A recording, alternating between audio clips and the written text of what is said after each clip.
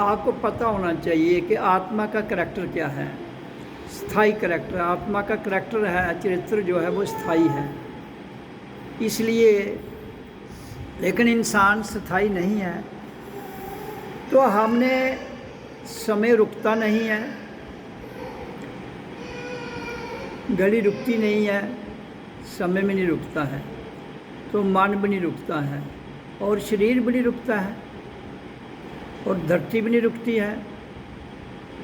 ये सब चीज़ें प्रकृति में चल रही हैं, लेकिन आत्मा स्थिर है।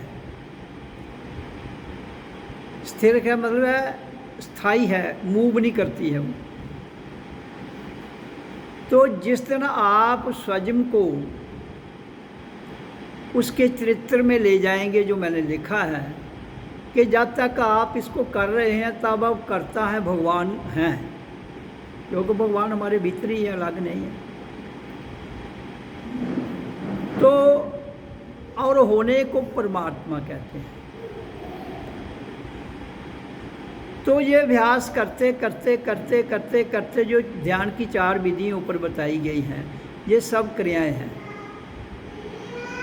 और जिस दिन करते करते ये चारों छूट जाएं, ये सारी विधि छूट जाएं अपने आप, अंदर से रियलाइज हो जाए हमें कि हमें अब कुछ भी करने की ज़रूरत नहीं है, तो समझ लो उस दिन आत्मा स्थिर है। ऐसे तो स्थिर है, लेकिन आपके भीतर भी स्थिर है, लेकिन आप घूम रहे हैं। अगर हम घूम रहे हैं, मतलब मन घूम रहा है, बुद्धि घूम रही है, विचार घूम रहे हैं, सोच घूम रही है, तो हम उस आत्मा को कैसे स्थिरता में जान पाएंगे? तो भजन में रहना, ध्यान का लगाना, मैंने बहुत बार बताया है कि ये क्रियाएं हैं। ये क्रियाएं छूट जाएं तो आत्मा की समझ आएगी। अगर क्रिया ना छूटी, प्रश्नों के उत्तर, तो उत्तरों के प्रश्न ये सदैव चलते रहेंगे, और इंसान कभी भी उस सत्य को नहीं जान पाएगा जिस सत्य की चर्चा मैं करता हूँ वाणी में, और भी महापुरुषों ने की होगी या करते हैं, जो भी हैं। आप भी सब महापुरुष हैं। महापुरुष तो हम सबके भीतर है। तो अगर हम महापुरुष की उपाधि से वंचित हो जाते हैं, तो उसका अर्थ क्या है कि कहीं ना कहीं हमारे अंदर जो स्थिरता आनी चाहिए थी वो नहीं आई है। बाकी इंसान का धरती पर आने का जो सबसे बड़ा मकसद है, वो तो कोई जानने का प्रयास नहीं कर रहा है। देखो, रट्टा लगा के मैं कौन हूँ, रट्टा लगा के किताब से पढ़ लिया मैं कहाँ से आई हूँ, किस लिए आई हूँ, ये तो बहुत पुराना भी लिखा है। आज मैं भी कहता हूँ ये जानो भाई हुआ है मैं, लेकिन हम हैं कौन? ये जो नाम दिया गया है हमें इंसान को, ये तो घर वालों ने दिया है, माता पिता ने दिया है, किसी संबंधी ने दिया होगा। तो उनको किसने दिया? उनके माता पिता ने, उनके संबंधियों ने दिया होगा। जो चीज़ दी जाती है किसी से ली जाती है, नाम हमें दिया गया ना, वो पूर्ण नहीं है। वो पूर्ण इसलिए नहीं है कि वहाँ तो नाम भी मिट जाता है, वहाँ तो नाम भी मिट जाता है। तो जहाँ नाम मिट जाता है वहाँ फिर क्या रहता है? कुछ भी नहीं। जैसे संसार में एक व्यक्ति जब तक जिंदा है उसका नाम चलाया जाता है, नाम बोला जाता है। जब जो शरीर छोड़ जाता है तो शरीर की आइडेंटिफिकेशन तो खत्म हो गई, शरीर तो रहा ही नहीं, लेकिन फिर भी उसका नाम पुकारा जाता है, वो फलाना आदमी था, वो मर गया।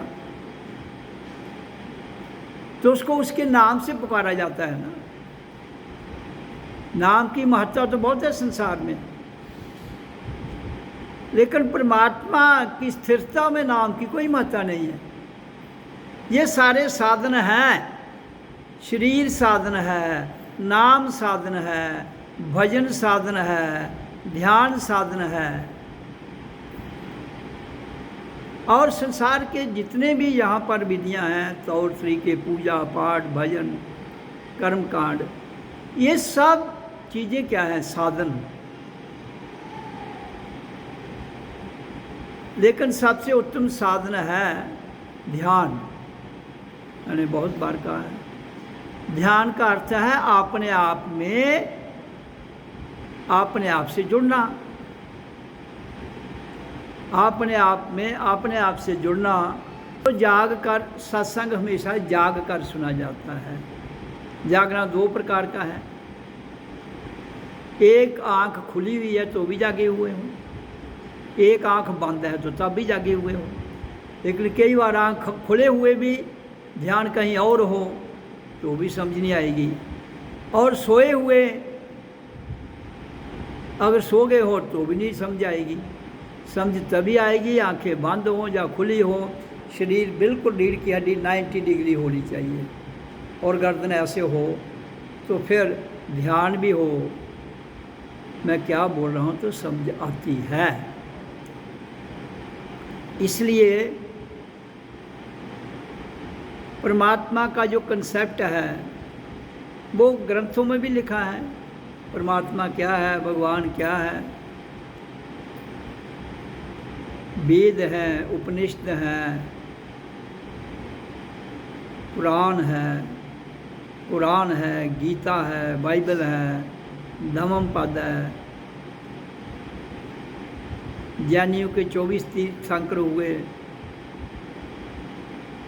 उनका भी अपना ज्ञान है।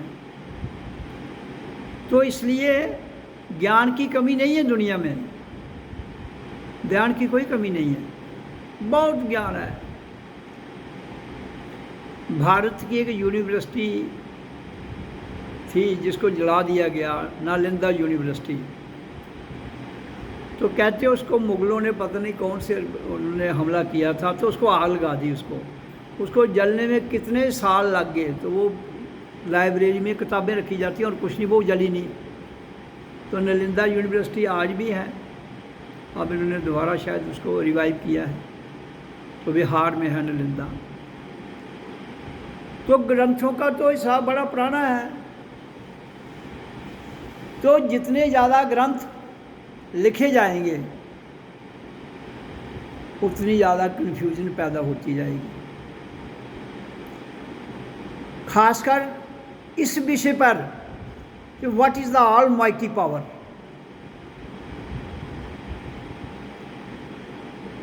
कि जो यूनिवर्स लेवल पर, विश्वीय स्तर पर एक ऐसी ऊर्जा है, एनर्जी कहते हैं इसको, यूनिवर्सल एनर्जी, विश्व स्तरीय ऊर्जा। लेकिन मेरी खोज कहती है कि विश्व स्तरीय ऊर्जा जिसको हम कहते हैं, यूनिवर्सल और ग्लोब, ये तो एक ब्रह्मांड की बात है। लेकिन आकाश में तो अरबों खरबों ब्रह्मांड हैं। तो एक ब्रह्मांड का करैक्टर जो है, जो ब्रह्मांड जिस पर हम पैदा हुए हैं इस धरती पर, ये मूल है। और इस मूल से हम जुड़े रहें तो हमें अल्टीमेट परमात्मा की स्थिरता के बारे में समझा सकती है, क्योंकि मूल ये है धरती, और इस धरती पर मूल मंत्र है ओम।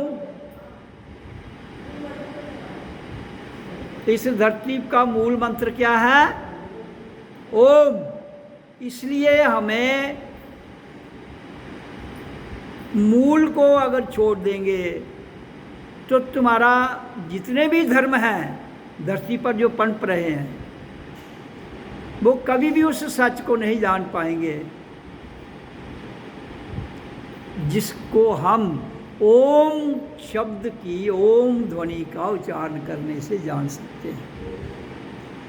ओम की ध्वनि करने से आपको अंदर से ज्ञान होता है, आपको ग्रंथ पढ़ने की आवश्यकता भी नहीं रहती है।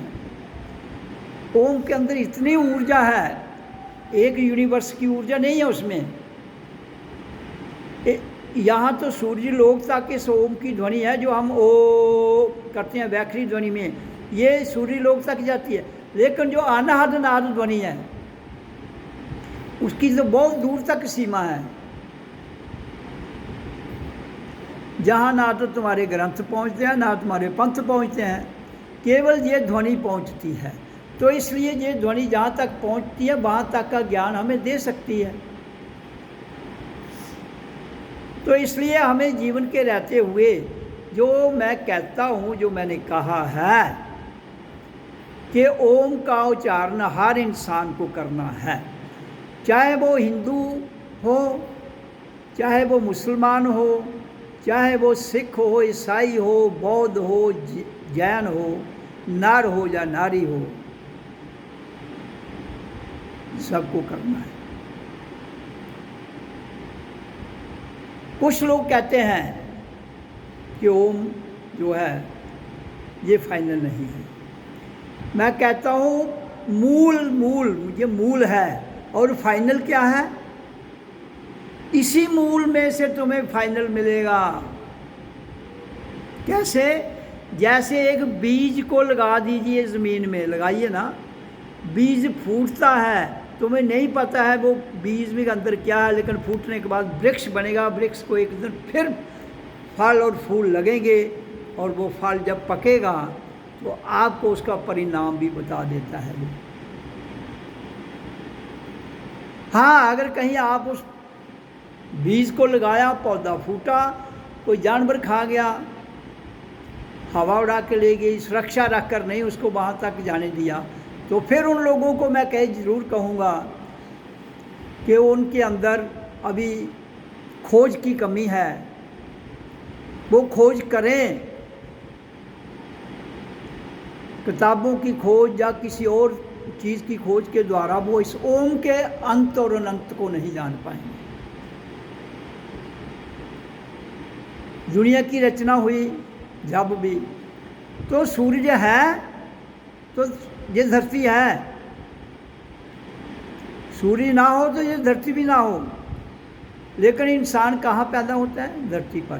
केवल मात्र इंसान ही भगवान के रूप में इस धरती पर पैदा होता है,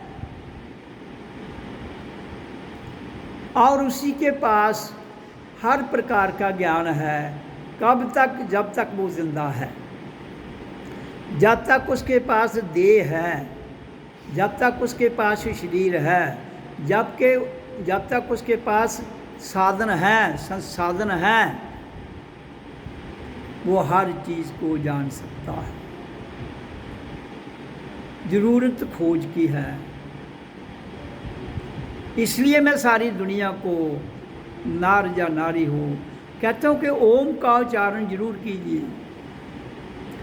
लेकिन वक्त की धारा में कुछ महापुरुष आए, कुछ राजा लोग आए, उनके नाम की पूजा शुरू हो गई। कुछ संत आए, कुछ ज्ञानी आए, देवता आए, राक्षस आए, लेकिन मूल कौन है? इंसान। इंसान है तो सब कुछ है, इंसान नहीं है तो कुछ भी नहीं है। हाँ, इंसान की ही आगे ब्रांचेज लगा लो आप, जो देवता हुए, राक्षस हुए, पिशाच हुए, भूत हुए, या हैं आज भी हैं। तो इंसान मूल है, ये ब्रांचेज हैं। इसी तरह से ओम का मंत्र मूल है, बाकी दुनिया की सब ब्रांचेज हैं। क्योंकि दुनिया किससे पैदा हुई है? शब्द से। दुनिया की रचना, संसार की रचना किससे हुई? शब्द से। शब्द कहाँ से आया? आकाश से। शब्द जहाँ नहीं बना है, शब्द आकाश से आया है। सूरज कहाँ है? आकाश में। सूर्य से पृथ्वी अलग हुई तो कैसे हुई? शब्द के द्वारा। शब्द ओम की ध्वनि के द्वारा ये पृथ्वी बनी है। और सूर्य लोक से आज भी ओम की ध्वनि आ रही है। और जो पृथ्वी पर मूल है वो भूल गए। तो जब हमारा आने का रास्ता, जो मेन गेट है इस धरती पर, सूर्य से धरती लागू हुई। और धरती पर कौन पैदा हुआ? इंसान, हम सब। तो इसलिए अगर धरती ना होती तो हम सब ना होते, और सूर्य ना होता जो पृथ्वी भी ना होती।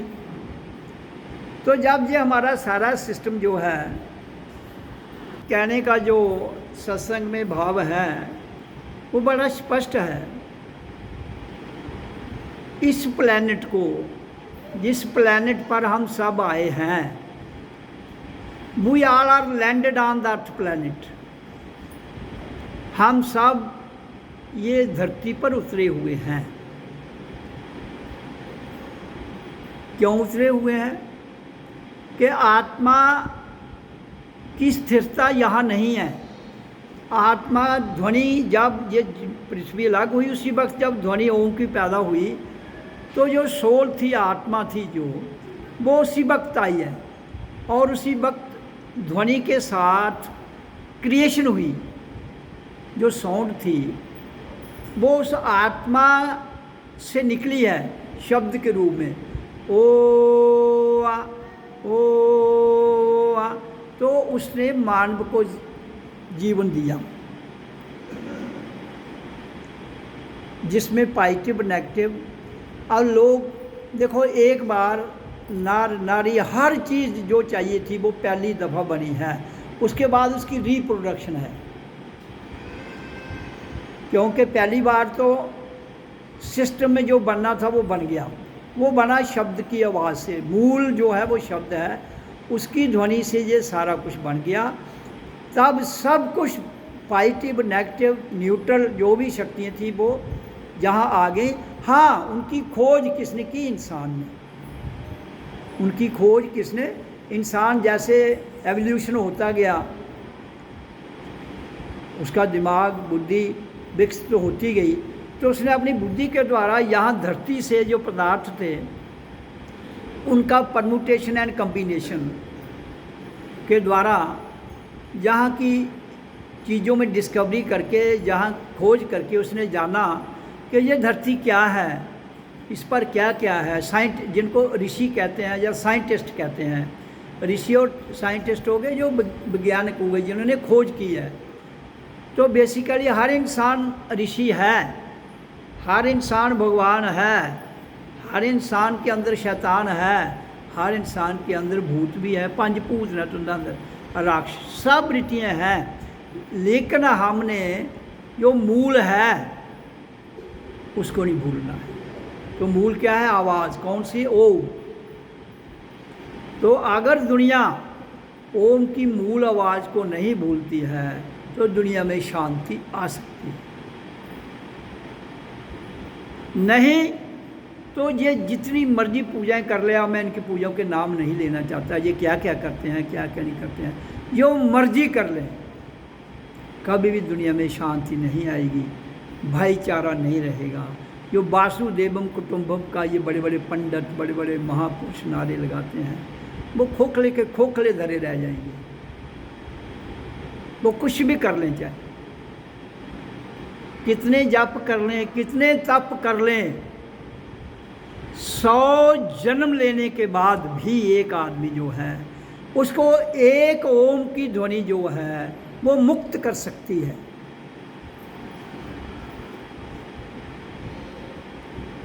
एक ओम की ध्वनि अगर सही मायनों में अंदर से निकल जाए तो इंसान को मोक्ष दे देती है। 100 जन्मों तक भी अगर उसने यहाँ बारंबार जन्म लिया है तो मोक्ष हो ही नहीं सकता। तो जितने ये संसार में ये कहते हैं मुक्ति है, ये होगा, वो कुछ होगा ही नहीं अगर ओम का उच्चारण नहीं करता। कोई भी व्यक्ति बताने वाला और जिसको बताया जाता है, अगर उसमें ओम नाम नहीं है तो कभी भी उसकी मुक्ति और शांति आ ही नहीं सकती। ये मैं बड़े विनम्र बात से अपने अंतःकरण से डंके की चोट पर कहता हूँ कि जो खोज संसार में आज तक हुई है, सारी की सारी खोज यथार्थ ही आवाज़ पर है। ओम आया, उस शब्द के द्वारा बाकी पूरी आपकी लिटरेचर बना है, एक ओम से, एक शब्द से। आपकी डिक्शनरी, आपका ज्ञान, आपकी साइंस, आपका मैथ, आपका म्यूजिक, आपकी हिस्ट्री अगर मूल ना हो तो कुछ भी नहीं है। इसलिए कोई घर में बैठ के पूजा करता है, कोई मंदिर में जाके करता है, कोई मस्जिद में अजान देता है, कोई गुरुद्वारे में जाता है, कोई गिरजाघर में जाता है, कोई गुम्पई में जाता है, कोई कहीं और जाता है। उन सबको ओम का उच्चारण करना है।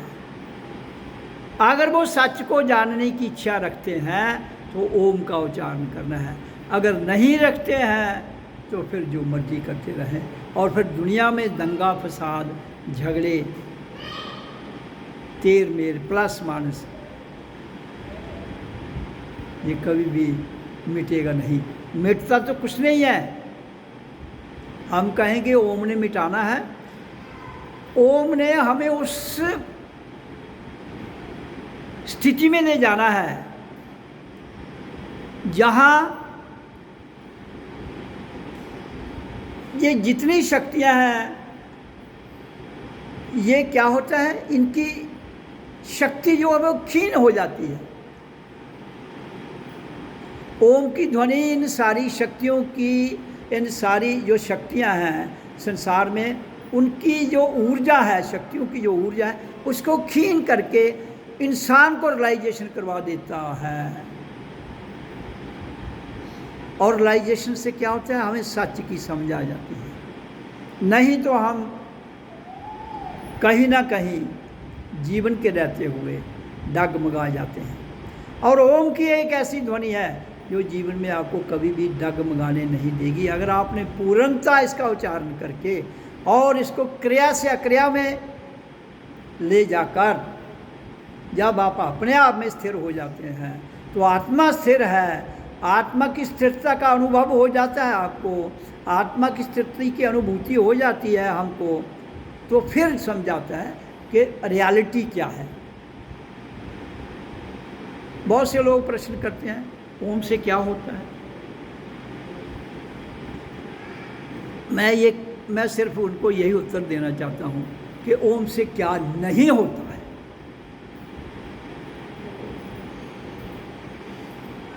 जितने दुनिया के मंत्र हैं, जितनी दुनिया के शब्द हैं, जितनी दुनिया की शक्तियाँ हैं, वो सब ओम से ही तो निकलती है।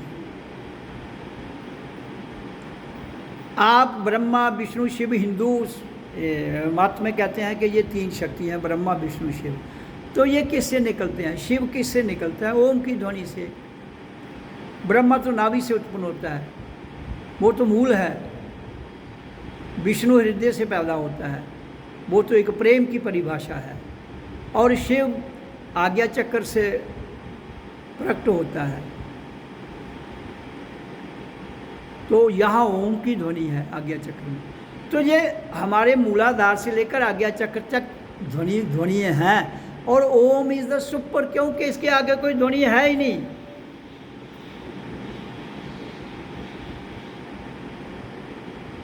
सो अहं ओम मैं हूँ। तो ओम और सो अहं, साइंटिफिकली जो अहं शब्द है, तो नाइट्रिक ऑक्साइड का करैक्टर क्या है वो आप गूगल पर या कहीं उस किताब में पढ़ लेना। तो अहं सो अहं, ये हमारी शरीर में नाइट्रिक ऑक्साइड जो है वो पैदा करता है। और नाइट्रिक ऑक्साइड एक ऐसी शक्ति है जो हर प्रकार की बीमारी को, कैंसर तक या हमारी प्राण बाजू में कितनी भी बैक्टीरिया उनको भस्म करता है। तो जो जो अहं शब्द है, इससे वो नाइट्रिक ऑक्साइड अपने आप बनता है।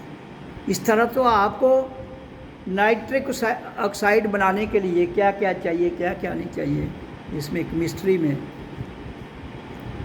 नाइट्रोजन है। नाइट्रोजन ये गैस। तो इसलिए मैं ये आपको बताना चाहता हूँ कि जो भी है ये ओम, इसका सोहम, ओम मैं हूँ, ये सब साइंटिफिकली इतनी हाई साइंस है कि इनकी जब कोई खोज में जाएगा तो आदमी पूर्ण, जितनी भी ये भक्ति है, जितना भी समर्पण भाव है और जितना भी हम कर्मयोग कहते हैं, सारे का सारा किसी से सीखने की ज़रूरत नहीं पड़ेगी, आपको केवल करने की ज़रूरत है। और करते कोई दिक्कत आती है तो आई एम, मैं हूँ। क्यों कि ओम की ध्वनि को हर किसी के बस की बात नहीं है जो इसकी ऊर्जा को कंट्रोल कर सके। पृथ्वी से लेकर आकाश तक, ब्रह्मांड तक इसकी ऊर्जा इस तरह फैली हुई है कि वो आम आदमी के बस की बात नहीं है। इसलिए ओम का उच्चारण जो है बिना गाइड के, और फिर जो पूर्ण मास्टर हो इस ध्वनि का, वो इसको आगे ले जाने में सक्षम है किसी को भी।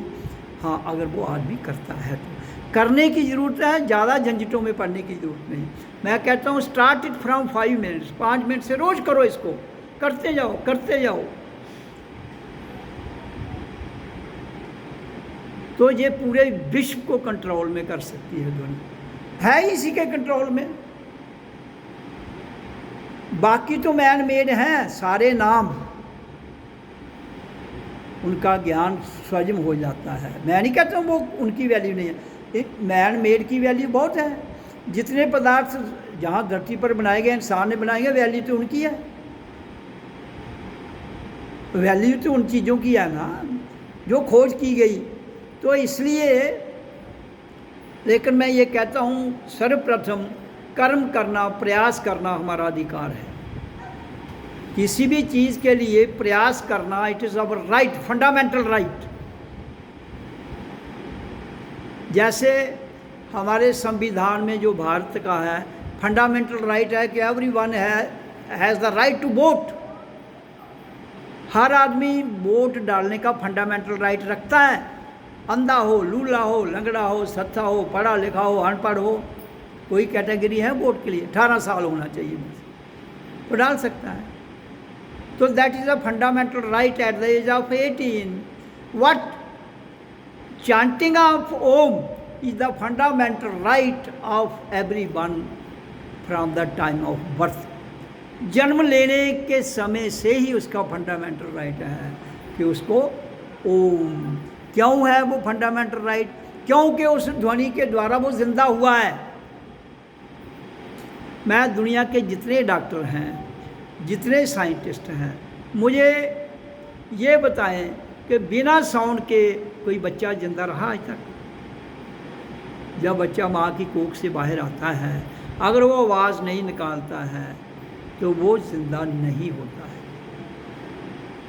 क्यों कि ध्वनि से उसकी बॉडी में जो ब्लड वेसल्स हैं, हमारी बॉडी में ब्लड वेसल्स जो जिनमें ये जैसे 72,000 नाड़ी है हमारी बॉडी में, जिसमें खून चलता है, एयर जाती है, वो कब एक्टिवेट होती हैं? जब बच्चा श्वास ऊपर को आती है, छोड़ता है, ओ उस वक्त अगर वो साउंड ना निकले तो वो श्वास आएगी जाएगी, लेकिन जाएगी कहाँ वो? अगर मशीन ही नहीं काम में है तो करंट क्या करेगी भाई? तो वो साउंड जो है उस समय क्या करती है, जैसे ही मैंने बताया कि यहाँ से जब जीव आत्मा एंटर करती है तो नीचे वो जहाँ लाइट है, जहाँ प्राण बाजू है, ये प्राण बाजू सीधी पाँव के अंगूठे तक चली जाती है। जब ये यहाँ तक चली जाती है फिर वापस आती है, मुंह से निकलती है, तो उस वक्त ध्वनि निकलती है, साउंड। जब साउंड निकलती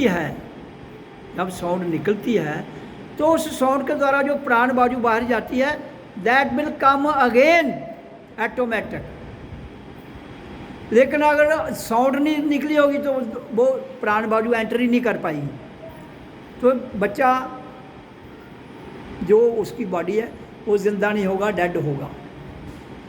तो अगर वो डेड ही है तो फिर आपका जीवन खत्म है।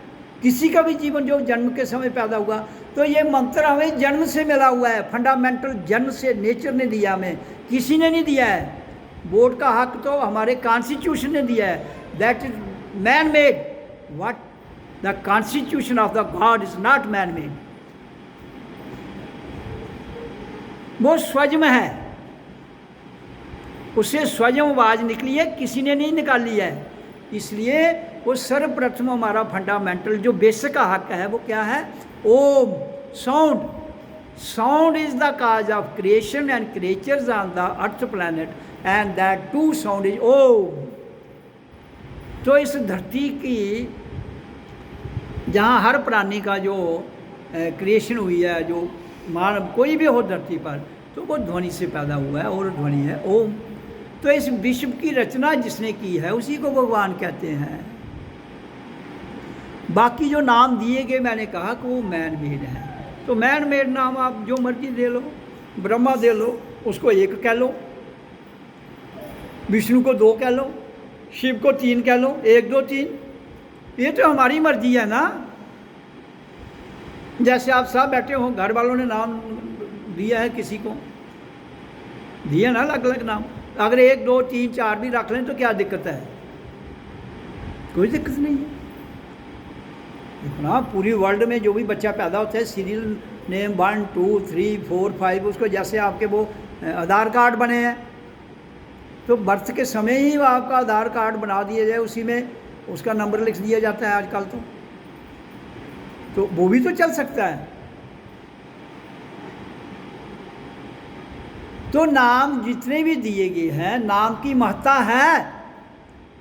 क्यों नाम की महत्ता है? अगर आपको कोई नाम दिया गया है, वो बुलाएंगे तो आप बोलोगे। जैसे क्लास में टीचर ने 2 चीज़ें लिखी होती हैं, एक रोल नंबर और एक नेम। तो नेम बोलेगी, तो अगर 2 लोग एक ही नेम के हैं तो हाउ शी विल और ही विल क्लासीफाई, तो फिर वो नाम उसके साथ रोल नंबर बोलेगा। जैसे किसी का नाम है कृष्ण, तो रोल नंबर 2 भी कृष्ण है, 1 भी कृष्ण है, तो क्या करेगा? फिर जब कृष्ण बोलेगा, 2 बैठे हैं वो दोनों बोलेंगे, तो उसमें वो बोलेगा रोल नंबर 1। तो जो 2 में से रोल नंबर 1 होगा, तो वो इसलिए ये दुनिया किससे चलती है? 2 से। 1 से कौन चलता है? अपना आप। 2 से संसार, 1 से अपना आप चलता है। तो हमें इन चीज़ों को, छोटी छोटी चीज़ों को बड़ा ब्रीफ में सोचने की ज़रूरत है, जबकि हमें ये इतना दिमाग, हमें इतनी बुद्धि, इतनी विशाल, जिसमें इतने ब्रेन में 6 बिलियन सेल हैं। 6 बिलियन सेल हमारे ब्रेन में है, और एक्टिवेट कितने हैं? 5%, 10%। और तुम 10, आपके पास 1 रुपया है, तो गरीब क्यों हो? क्यों हो गरीब? आप, परमात्मा ने आपको 100 रुपया दिया है, आप 10 रुपये से ही अपना जीवन घसीटे जा रहे हैं। 10 रुपये से ही। कैसे? आपके ब्रेन के सेल हैं 6 बिलियन, तो आप 5-10% से अपना गुजारा कर रहे हैं, तो कसूर किसका हुआ जी? कोई कहता है मैं गरीब हूँ, कोई कहता 6 बिलियन जिसके सेल एक्टिवेट हो जाएं, he is more than God.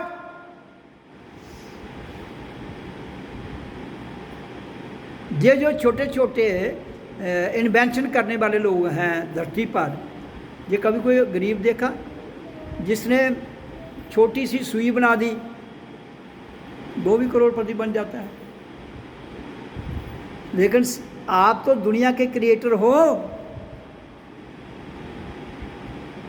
फिर भी हम सब कहते हैं मेरे पास पैसे नहीं हैं। भाई इतना कुछ दिया है उसने, ये खोपड़ी, इसके अंदर 6 बिलियन सेल हैं और इसके नीचे 72,000 नाड़ी है, जिसमें जब हम 100 अहंग कहते हैं तो नाइट्रिक ऑक्साइड 72,000 नाड़ी में अगर पूरा चला जाए तो आप बीमार हो ही नहीं सकते।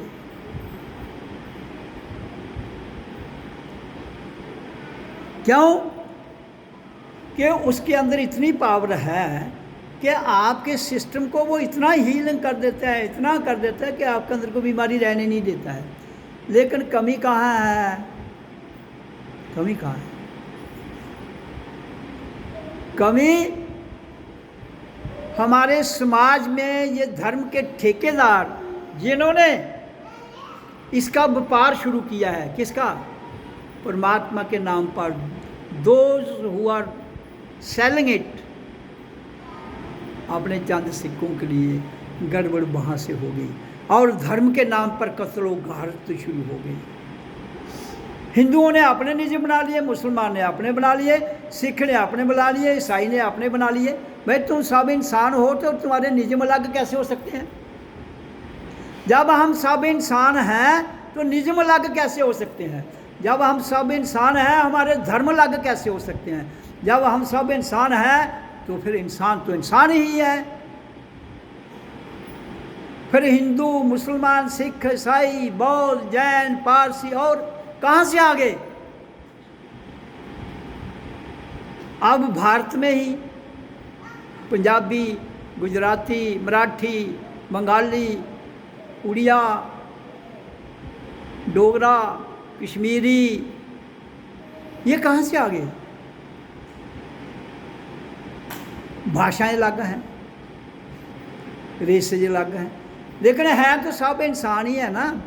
रेस कोई कोड़ा थोड़ी है, इंसान तो इंसान ही है। चाहे यहाँ पैदा होता है, चाहे कश्मीर में पैदा होता है, चाहे बंगाल में पैदा होता है, चाहे कन्याकुमारी में पैदा होता है, अमेरिका में पैदा होता है। हाँ, रंग का फर्क हो सकता है, और रंग वो भी क्यों कि that depends upon the nature. गर्म इलाके में पैदा होगा तो रंग काला होगा, ठंडे इलाके में पैदा होंगे तो रंग गोरा होगा। और तो कोई इशू ही नहीं है। लेकिन आंखें तो दो होंगी, कान भी दो ही होंगे, बाकी तो सब कुछ जो जैसे एक गोरे इंसान का ऐसा काले का भी है, ऐसा सांवले का भी है, ऐसा मोटे का भी है, ऐसा पतले का भी है। तो मैं ये कहता हूँ कि ये जो इतनी दुनिया में लड़ाई झगड़े, इतनी गरीबी, ये क्यों आई है? कभी सोचा किसी ने? आप पूरी दुनिया के वेपन, हथियार इकट्ठे कर लो तो मेरा ख्याल अगर वो हथियार बनाना बंद कर दे, पूरी वर्ल्ड खाली हथियार बनाना बंद कर दे, और जो पैसा उन पर खर्च होता है वो सारा पैसा इंसान को दिया जाए, इंसान अरबपति बन जाता है। और हथियार क्या करने हैं तुमने? एटम बम क्या करने हैं? ये गोलियां क्या करनी है? एक दूसरे को मारने के लिए? परमात्मा ने कभी कहा है तुम्हें पैदा होते कि तुम लोग दूसरों को मारना? नहीं। वो कहता है अपने जीवन को बड़े प्यार से जियो और दूसरों को भी जीने दो। लेकिन जहाँ हमने उस स्थिर आत्मा को ना जानने के कारण, आत्मा की स्थिरता को ना जानने के कारण ये सारे झगड़े हैं।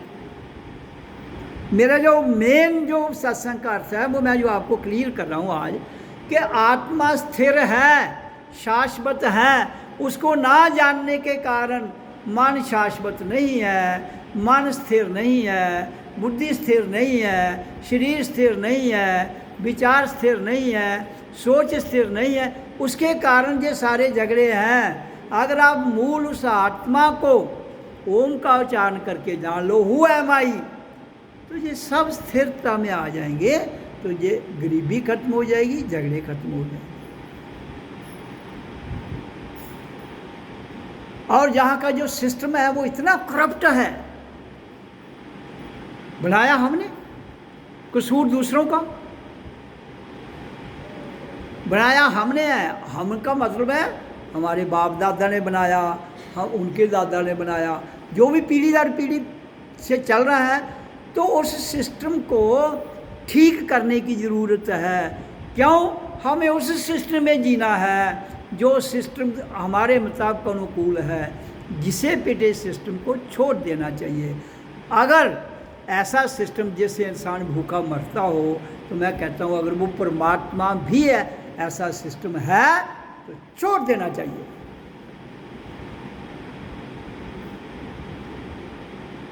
सर्वप्रथम जात पात,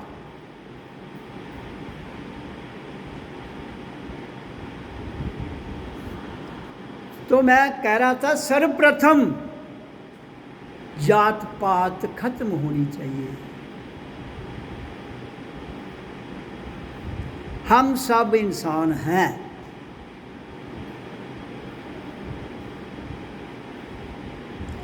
अगर जात पात खत्म नहीं की गई, और जो हमारा कॉन्स्टिट्यूशन है जिस ढंग से इसने जात पात खत्म की है, वो तो बहुत बड़ी लड़ाई के अड्डा खोल दिया उन्होंने। ये कहते हैं कॉन्स्टिट्यूशन बहुत अच्छा है, मैं भी कहता हूँ बहुत अच्छा है, लेकिन लड़ाई का अड्डा है, बहुत अच्छा लड़ाई का अड्डा।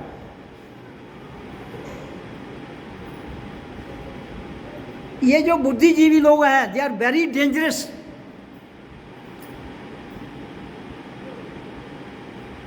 क्यों? कि ये जो भी चीज़ ये इनके द्वारा ब्रेन से बनाई जाती है, उसमें ये क्या करते हैं, अपना बेनिफिट छुपाने के साथ साथ ये कानून बनाते हैं।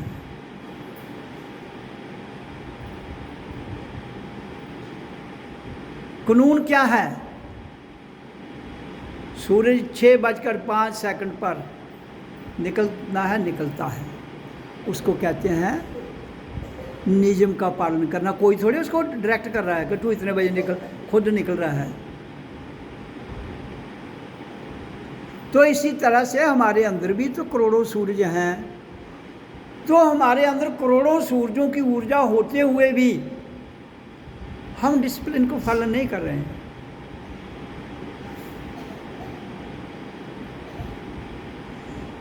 तो इसलिए इंसान तो भाई तुम्हारे पास शरीर है, मन है, बुद्धि है, इंद्रियां हैं, लेकिन आप डिसिप्लिन को इंसान क्यों पालन नहीं करता है? मुझे ये बताओ, क्यों नहीं करता है? लालची है बहुत बड़ा। सबसे बड़ा लालची कौन है? जानवर भी है, इंसान सबसे ज़्यादा लालची। और अपना लालच पूरा करने के चक्कर में, अपना लालच पूरा करने के चक्कर में सब कुछ लुटा देता है। लालच फिर भी पूरा नहीं होता है। तृप्ति किसमें है? वेयर देयर इज सहनशीलता, सेटिस्फैक्शन, देने में। शांति किसमें है? देने में। जहाँ हर कोई लेने की कोशिश करता है। और सबसे ज़्यादा मंगता कौन है? नीलम, हाँ? इंसान, चाहे वो राजा है, चाहे वो प्रजा है, चाहे वो महल में रहता है, चाहे वो आम कोठी में रहता है, सबसे बड़ा भिखारी इंसान है। परमात्मा हमारे भीतर बैठकर भी वो हमें कह रहा है, भाई तुम मांगता किस लिए है? Why to beg? और ऑल आर बेगर। वो कह रहा है कि why to beg, but on that planet all are beggars.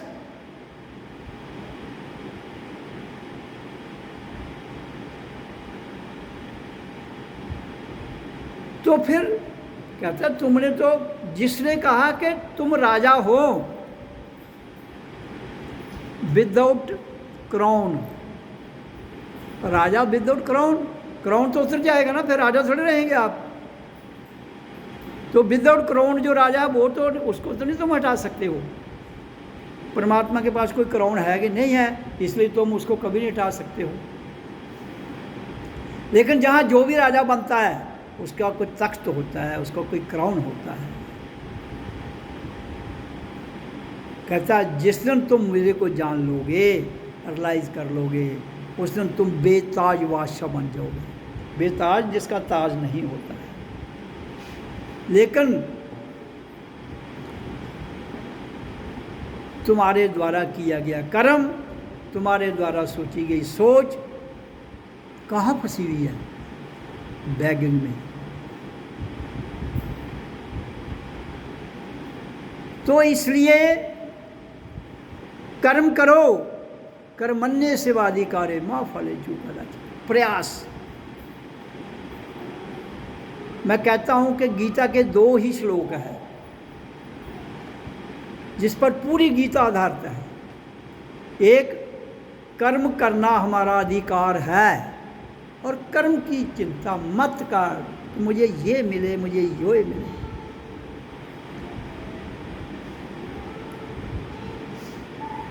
अपनी नेक नीयत से go on doing, go on doing, go on doing. Number 1। Number 2, परमात्मा का सिस्टम क्या है? वो कहता है समर्पण में आ। समर्पण। सर्वधर्मानि परित्यज्य माम एकम शरणं व्रज अहम त्वया सर्व पापे मोक्षामि मा शुचा। तू कर्म कर, इच्छा कोई नहीं रख, और समर्पण कर। किसको? अपने आप को। किसके आगे? अपने आगे।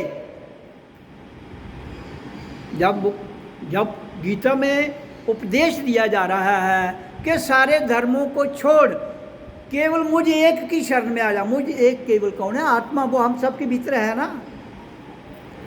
मुझ केवल एक की शरण में आ जा। हमारे भीतर, सबके भीतर एक क्या है? आत्मा। मन 2, बुद्धि 2, शरीर 3, 5, 3, 7, ये सब आत्मा एक। तो मुझ एक की शरण में आ जा। तो किसकी शरण? अपनी शरण कह रहा है, भगवान की शरण में नहीं। लेकिन जहां बताया जाता है भगवान कहते हैं मेरी शरण में आ, आत्मा की शरण में।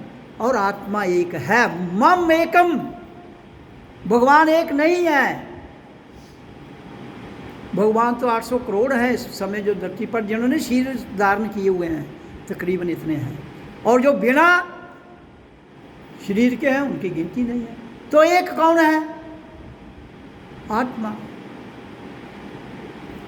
तो मम एकम शरणम व्रज, मुझ एक की शरण में आ जा। अपनी शरण में आत्मा को रियलाइज कीजिए, उसकी शरण में आ जाइए।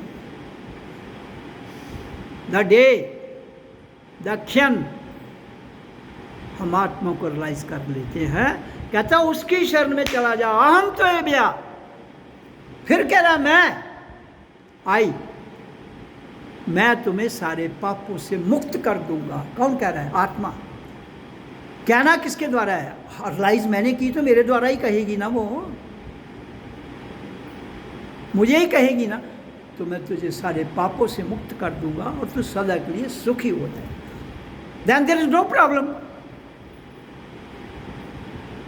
जब किसी के आगे जाना ही नहीं है, किसी के से कुछ पूछना, लेकिन जब तक तुम जानोगे नहीं तब तक तो तुम भिख मंगे जरूर रहोगे।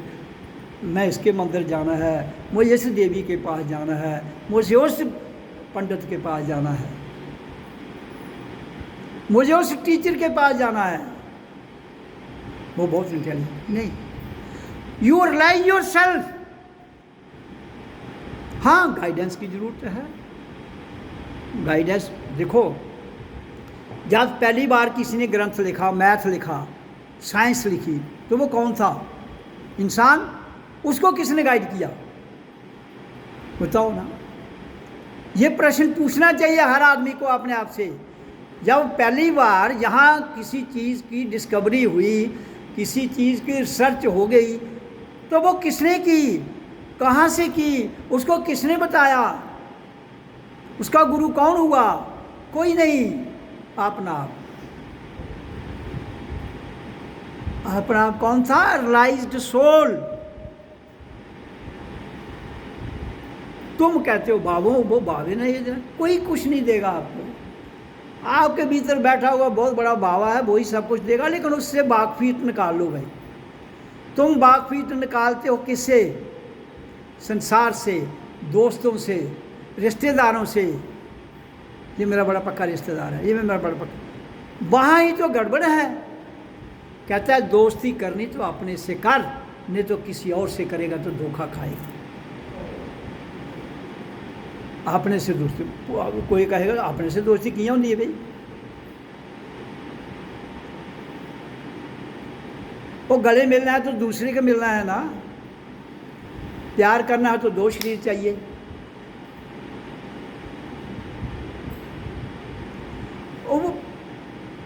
There are two things in your life. आपके जीवन में दो चीज़ें हैं, संसार मैंने कहा दो का नाम है, एक है प्रेम, एक है प्यार। प्रेम अपने से होता है, प्यार दूसरों से होता है।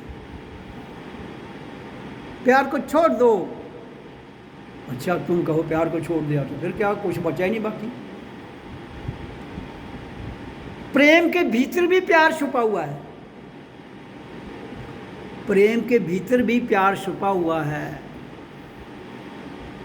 लेकिन समझ उसी दिन आएगी जिस दिन हमें पूर्ण रियलाइजेशन हो जाएगी, पूर्ण रियलाइजेशन। परमात्मा एक ऊर्जा है भाई, एक अलाई ऊर्जा, यूनिवर्सल एनर्जी, और इतनी बड़ी एनर्जी कि मैं कहता हूं तुम ऐसी जगह खड़े हो जाओ जहां कुछ भी नहीं है। धरती तो है ना, धरती तो है। जब तुम उसको रियलाइज कर लोगे, उससे जुड़ जाओगे, तुम्हें जो चाहिए उस स्थान पर मिल जाएगा।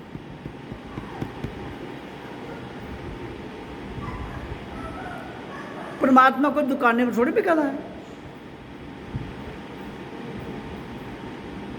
परमात्मा को इधर थोड़े बैठे रहा है, वो तुम्हारे भीतर है। Where you are going, where you are sitting, तुम जहाँ जा रहे हो वो तुम्हारे भीतर है, जहाँ तुम बैठे हो तुम्हारे भीतर है। 24 घंटे एक ही दोस्त है आपका, जो आपके भीतर बैठा हुआ है, जो आपको बचाता है, मारता नहीं है। संसार के दोस्त कितने भी आपको मिल जाएं, वो बचाने वाले नहीं मिलेंगे। अगर वो बचाने वाले भी उनमें कोई होगा तो लालची, कोई मकसद होगा। परमात्मा को तो आपसे कोई मकसद नहीं, उसने तुम्हें शरीर दिया फ्री दिया, पानी दिया फ्री दिया, हवा दी फ्री दी, बीमारियों का इलाज फ्री, और बीमारियां भी फ्री। लेकिन बीमारियां कहता मैंने दी नहीं, ये तुमने लगाई, मैंने नहीं दी।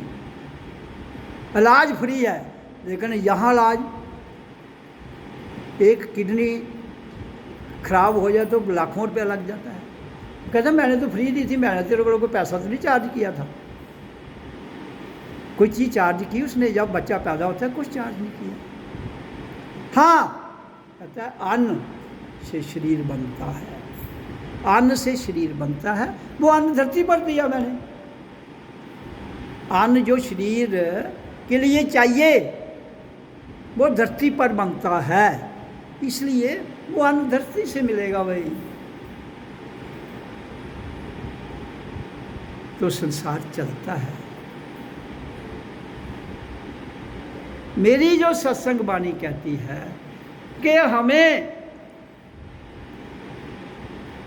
एक ऐसा डॉक्टर हमारे भीतर बैठा है जो दुनिया के हर बीमारी का इलाज कर सकता है। हमारी उस डॉक्टर से पूर्ण वाकफीत नहीं है, और फिर अगर वाकफीत है तो हम उसका कहना नहीं मानते। जो वो इशारे करते हैं ना अंदर से, हम उस पर चलते नहीं हैं। क्यों नहीं चलते हैं? क्यों कि मन लालची है, बुद्धि बटी हुई है, इंद्रियां अपना मज़ा चाहती हैं। तो इसलिए कहता है फिर काटते पुख्त पे, डू एंड गेट। तो परमात्मा कोई होगा थोड़े बैठे ना, कोई नहीं, वो डराता कि नहीं कोई। पहले परमात्मा प्रेम देता है, डराता नहीं है। परमात्मा बचाता है, मारता नहीं है। मारने वाले और भी हैं तुम्हारे अंदर, शैतान मारने वाले शैतान हैं आपके अंदर, उनसे बीवियर, उनसे बच के रहिए बस, और इतना ही है। जो हमारे भीतर शैतान बैठे हुए हैं ना, वो भागेंगे थोड़े।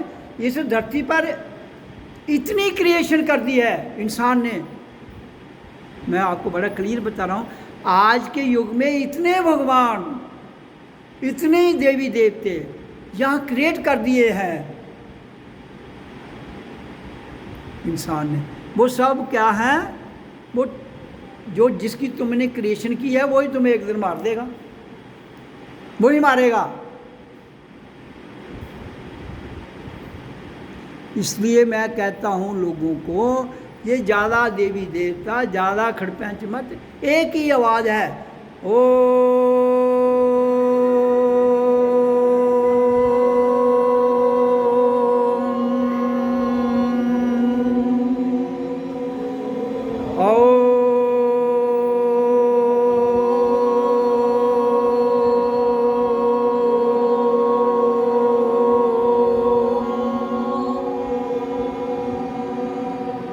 तो ये आवाज़, एक ही आवाज़, ये दुनिया के जितने देवी देवता है सबको कंट्रोल कर सकती है। This is the only sound. इसलिए आज के युग में जितनी शक्तियां हैं उनको कंट्रोल करने के लिए this is the only and only, केवल और केवल यही एक ध्वनि है जो सार्थक है। अगर करे इंसान तो जितनी ये अनवांटेड फोर्सेस इस धरती पर हैं वो एलिमिनेट हो सकती है। एलिमिनेट मीन जब उनके पास ताकत ही नहीं कोई रहेगी तो एलिमिनेट ऑटोमेटिक हो जाएंगी। तो इस युग में स्वाय ओम के कोई दुनिया की साउंड इतनी पावरफुल नहीं है। हाँ, ये जो जितनी शक्तियाँ क्रिएट हुई हैं, they are very powerful up to your mind, they are very powerful up to your intellect, they are very powerful up to your body। इसलिए तो लोग उनके पीछे भाग रहे हैं, तभी तो पूजा कर रहे हैं। तो जब तुम अपनी सत्ता उन लोगों को दे दोगे जो डिजर्व नहीं करते हैं और खुद उनके गुलाम बन जाओगे तो क्या हालत होगी। एक राजा अपने नौकर को अगर सत्ता दे देता है तो नौकर तो राजा को कत्ल कर देता है। इसलिए the entire humanity, the total जो इंसानियत है उसका स्लॉटर हो रहा है। किसके द्वारा? जितनी ज़्यादा शक्ति उत्पन्न की गई, किसके द्वारा? इंसान के द्वारा। इधर फलानी देवी, इधर फलानी देवी, इधर फलाना देवता, इधर फलाना, भाई व्हाट आर, क्या नॉनसेंस ये। इंसान जगह जगह, आज कोई देवी प्रकट नहीं हुई, कल उसे प्रकट हुई।